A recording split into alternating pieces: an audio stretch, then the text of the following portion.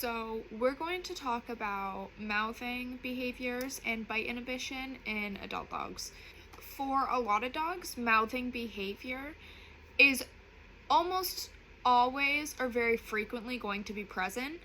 There will be varying levels of intensity with it, but for some breeds, particularly herding breeds, German Shepherds, Border Collies, Australian Shepherds, it might always be there. Individual dogs are different.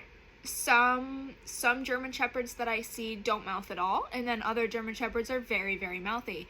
It all depends on the individual dog and their individual drive. You may not necessarily always be able to get rid of mouthing behavior altogether, but you can lessen the frequency and intensity that it's happening at.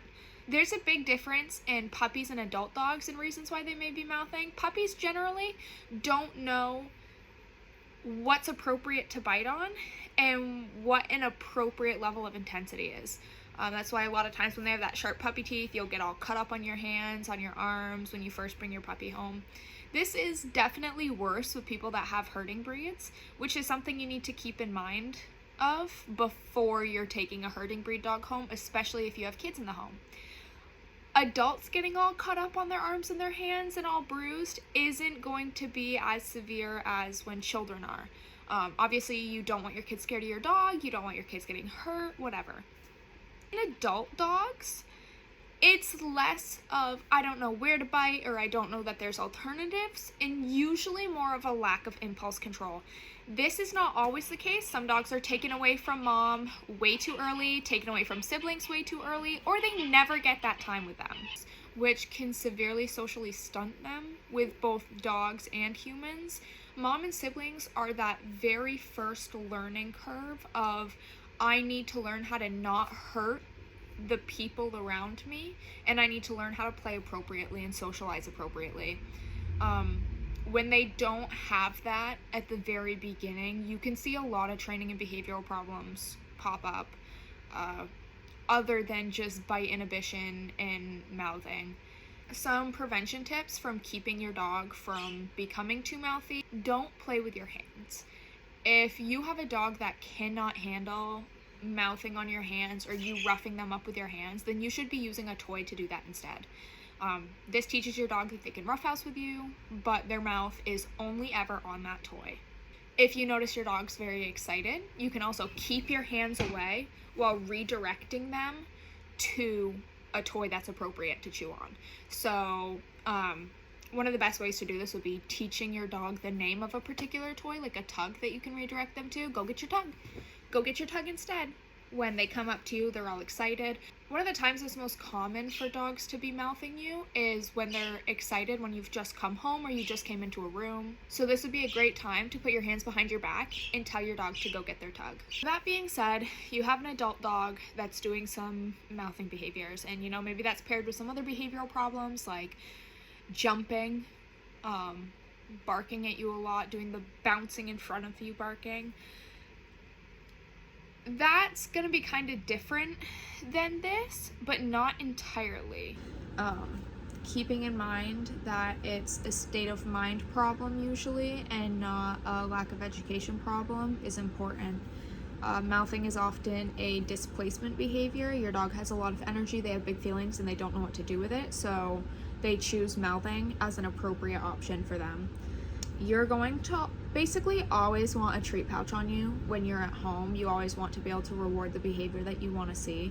Some dogs may also need to drag a leash in the home. That's more so if your dog has issues with jumping too, or like jumping up in the air and doing the shoulder side body check into people. If they have a leash on, you can either remove them from other people if the issue is they're mouthing other people, or you can step on the leash so they can't jump up at you, which helps a lot to be able to stop them from practicing the behavior altogether. So going back to keeping the treat pouch on you, you want to reward everything that isn't the behavior that you don't want to see. So in this case, mouthing you. If your dog comes up to you and they sit in front of you and they're just sitting looking up at you, reward that. If your dog comes up to you and they don't mouth you, reward that. Drop treats on the floor. If your dog is playing with you and you see them open their mouth and very gently set it on you instead of the hard biting that can break skin and leave bruises, reward that. The more that you reward what you want to see, the less that your dog's going to exhibit the problem behavior until the problem behavior doesn't become part of its circle of choices of what it can do altogether. Another thing that you can do, depending on the individual dog, is you may need to work a lot on the individual's ability to relax. This is a big thing for a lot of dogs. A lot of behavioral and training problems lead back to the dog's inability to relax or settle when it needs to. Playing games that strengthen impulse control, that can also be a big thing, especially because one of the big causes of inappropriate mouthing is a lack of impulse control and not knowing what to do with the amount of energy that they have. You definitely need to be really consistent. Don't let them mouth you when it's inappropriate. You know, like going back to the prevention that we talked about, putting your hands behind your back. As much as you can lessen the practicing of the behavior, the easier it's going to be to extinct it altogether. Obviously, with herding breeds, this is going to be a little more difficult, and you may need to come to terms with the fact that with your individual dog, extincting the behavior isn't going to happen, and you're just going to have to understand that your individual dog has a strong mouthing tendency and just reward them for doing it in an appropriate manner. Not hard, not bruising, not breaking skin, not coming up to you and doing it when they're super excited, etc.